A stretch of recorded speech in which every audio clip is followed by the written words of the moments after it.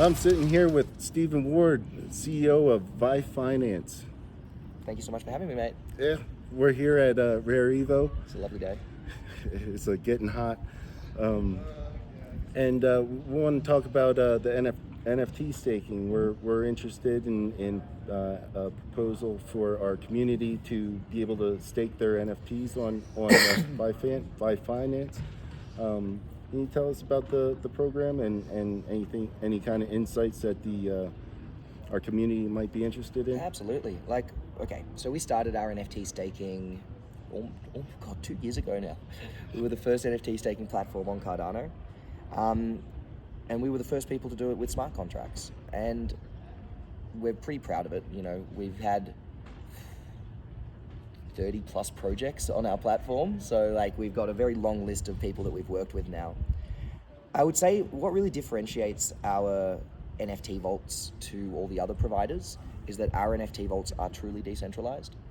And what I mean by that is both the reward and the stake is decentralized.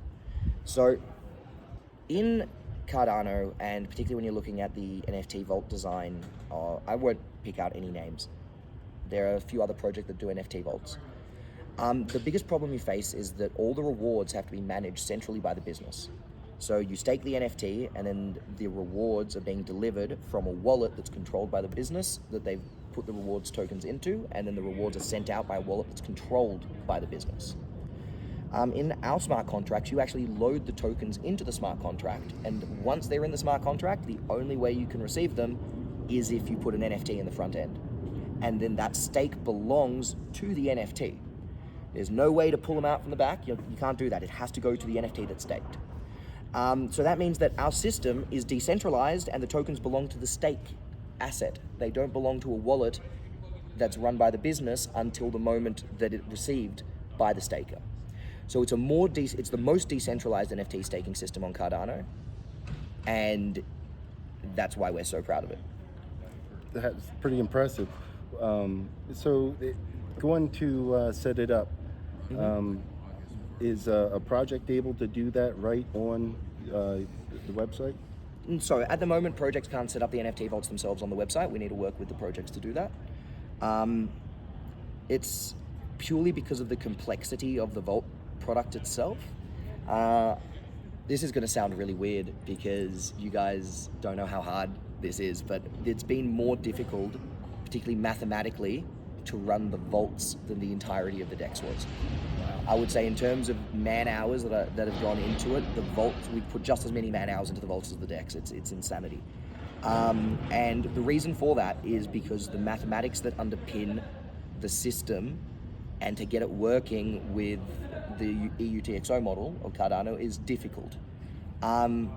So we kind of want to make sure that all the parameters work with every project that we're working with. We want to make sure that nothing is going to be weird, we want to be there to do the maths for the project. Okay. Right, because we've got experience doing the numbers. Whereas projects, if they were to be setting up their own vaults, I have no idea what would start happening. Yeah, the complex math like that, I bet. So what does it take to get started? Not much, just get in touch with us. There is a small fee of setup. That's mostly engineering time. Depending on how complex your vaults are and how many you have, it's somewhere between 2,000 and 5,000 Cardano. And that's just because we have to, every vault's to set up a vault's somewhere between 6 to 8 hours work on the team. Okay. You know, and I have to pay wages. You gotta live, okay. That's just the reality of it. And is it, so once the vault is set up, can it be changed? So, as stated, right, once the tokens are in the back end, we can't get those tokens. The only way to get them is by staking, right? So there's a few ways that we deal with that. If you expect that you require changes on the design of the vault, we would do it staggered, which is we would organize it for, let's say, 3 months at a time. So we'd put 3 months worth of supply in of rewards, and then would see if we're happy with the performance of that after 3 months. And then for the next 3 months, we can re-gauge and say, okay, we want to do it this way, we want to do it that way, we want to adjust the APR, we want to adjust the time frame, we want to add a lock, we want to remove a lock, you know. Is that then another fee? No. Okay. No. Once you're on board, you're on board. It's a one-time. Yeah. It's a one-time thing. It's mostly just so setting up the vaults is a little bit of work, But once we've got your vault set up, if we're just adjusting the numbers, we're essentially copy pasting it and changing a number. Right? The issue isn't with the setup there. The issue is the fact that you've got to already have tokens that are in the other smart contract, right? And we can't access those unless they're being delivered to an asset. The alternative, of course, is you can set up multiple vaults, right? So let's say you want to have a time lock vault with a higher APR, and then you have a non-time lock vault with a lower APR, and then you have a long, like 1 year time lock with a very high APR. Okay. Right? You guys can decide how you want your vault to be designed, how you want it to look, what the APRs are, what the time frames are. All of that is customizable by the project. Great. So it sounds like there's a ton of math and stuff that goes into this. Sky West. Getting places. Hopefully. So there's a lot of math that goes in the tokenomics in these projects.